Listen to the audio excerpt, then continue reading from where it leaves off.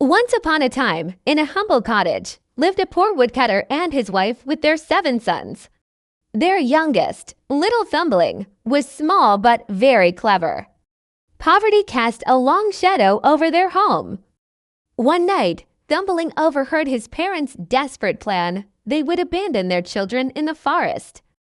Quickly, he gathered a handful of white pebbles, secretly filling his pockets for the journey ahead. The next morning, the parents led their 7 sons deep into the dense, quiet forest. As they walked, Thumbling discreetly dropped the pebbles, marking a trail for their return. The parents, with heavy hearts, snuck away, leaving the children alone and bewildered. But Thumbling, using his clever trail of pebbles, guided his brothers safely back home. The family reunited, parents sad but relieved, their joy mixed with the harsh reality of their poverty. Soon, hunger returned, and the parents again decided to abandon their children. Thumbling tried to gather pebbles, but the door was locked, trapping him inside. The next morning, given only bread crusts, Thumbling crumbled his into tiny pieces. Again, they were led into the forest, and Thumbling scattered his breadcrumbs along the path. But hungry birds quickly devoured the crumbs, leaving no trace. The children were truly lost. Exhausted and afraid, they wandered until they stumbled upon a large, ominous house. A kind-faced woman opened the door. The children pleaded for food and shelter. Despite her fear, she let them in, warning them about her giant husband.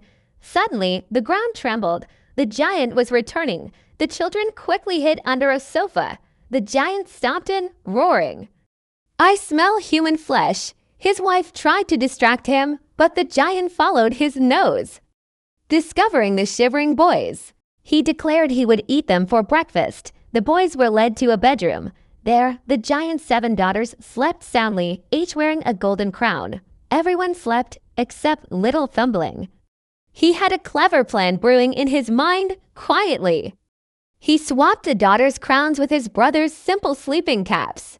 Later, the giant entered the dark bedroom, ready to carry out his terrible deed. Mistaking his own daughters for the boys due to the caps, he devoured them instead, realizing the giant's mistake.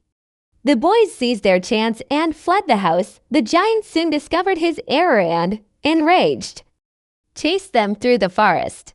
He wore his magical 7-mile boots, which allowed him to cover vast distances with each step. Eventually, the giant grew tired and fell into a deep, thunderous sleep by a stream. Thumbling, ever resourceful, tied up the sleeping giant and took his powerful boots. He sent his brothers home, promising to return with riches for their family.